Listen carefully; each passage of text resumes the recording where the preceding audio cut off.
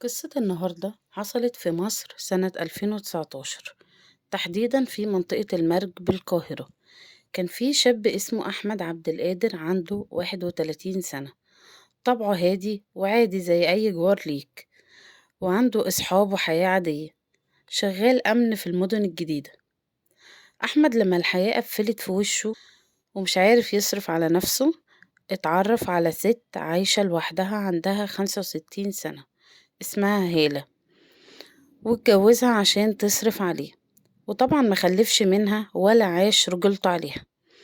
الجيران كانوا فاكرينها أصلا أمه. بعدها اتعرف على بنت من نفس سنه اسمها إيمان.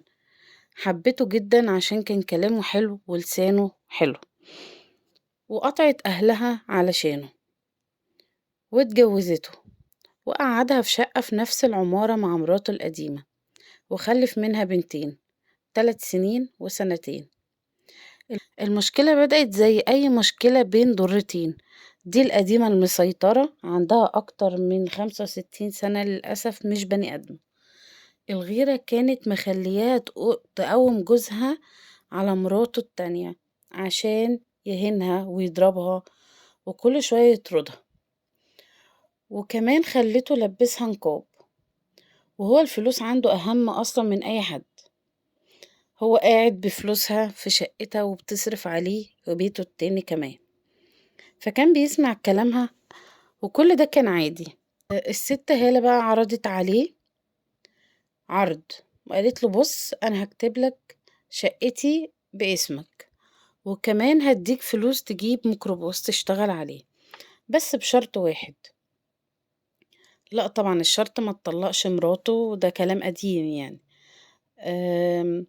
شرطها ان هي مش عايزة بناته يورثوا فلوس بتاعتها لما تموت. قال لها طب اعمل ايه؟ قالت له اقتلهم. اي حد مكانه كان هيضربها بالقلم ويتعصب على الاقل يعني ويسيبها ويمشي، لكن هو الفلوس كانت عامية عينيه. الفلوس عنده اهم من اي حاجة. قال لها طب دي اعملها ازاي؟ قالت له ما تخافش، انا عايزة مراتك كمان هي اللي تقتلهم، وكده كده اصلا مع هما ملهمش شهادات ميلاد ولا اوراق، محدش هيسأل عليهم. قعدوا يفكروا واتفقوا ان هي امهم اللي هتعمل فيهم كده، ويصوروها عشان ما تتكلمش. وفعلا دخلوا الشقة عليها وبدأوا يهددوها ويقنعوها بالضرب، وانها يا اما تعمل كده يا اما هيرموها في الشارع. الست عشان ملهاش حد بره وخايفة تترمي في الشارع وافقت. فالست هالة العجوزة جابت طشت بلاستيك، ملته مية وحطت على المية بطاس، واحمد بدأ يمسك الموبايل وفتح الكاميرا، ويلا يا ايمان غرقيهم. ايمان بكل سهولة خدت البنت اللي عندها 3 سنين، قالت لها تعالي يا حبيبتي، ومسكت راسها وراحت مغطساها في الطشت. البنت غرقت ووشها اتحرق قبل ما تموت. وبعدها جابت البنت التانية وغرقتها برضو وعملت فيها كده.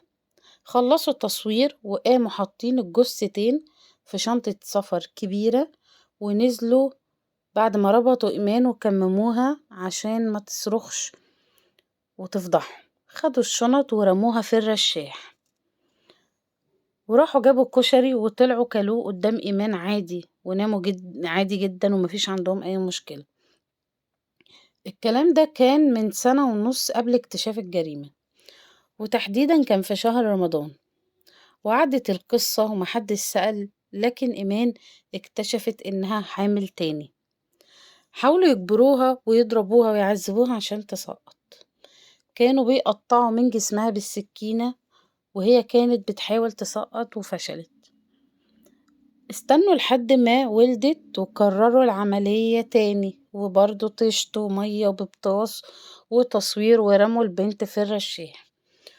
وفترة حملها كانت العمارة اتباعت لواحدة اسمها أم بسملة. جوزها ظابط، وكانوا عايزين يفضوا الشقق الإيجار، فطلبوا من أحمد يفضي الشقة عشان مش هيجددوا له العقد. طبعا إيمان ما بقتش متزنة عقليا، وباين عليها جدا، لكنها كانت منقبة فمحدش واخد باله قوي. لكن صاحبة العمارة لاحظت ان الحمل راح وان ايمان ما بقتش بتشوف بعينيها خالص.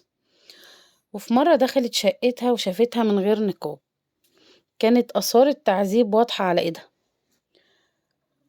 وفي يوم هالة قررت انها تخلي جوزها يطرد ايمان برا الشقة كنوع من السيطرة وخلاص.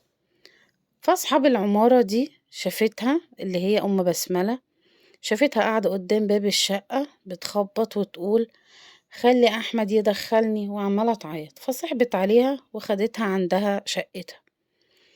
لاحظت عليها آثار التعذيب وتوترها المبالغ فيه. قالت لها احكي يمكن اقدر اساعدك بحاجة.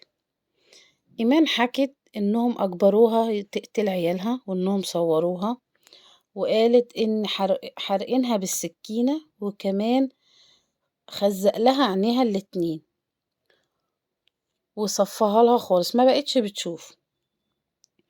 طبعا ام بسملة كلمت جوزها وبلغوا اسم المرج، وجت القوات وقبضت على احمد وهالة وايمان واعترفوا بالجريمة.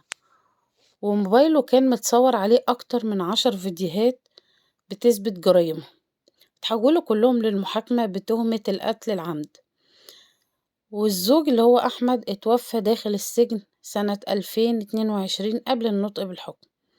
والزوجة وام الاطفال اتحكم عليهم بالاعدام، وعملوا طعن واترفض وتأيد الحكم بالإعدام شنقا في فبراير 2025.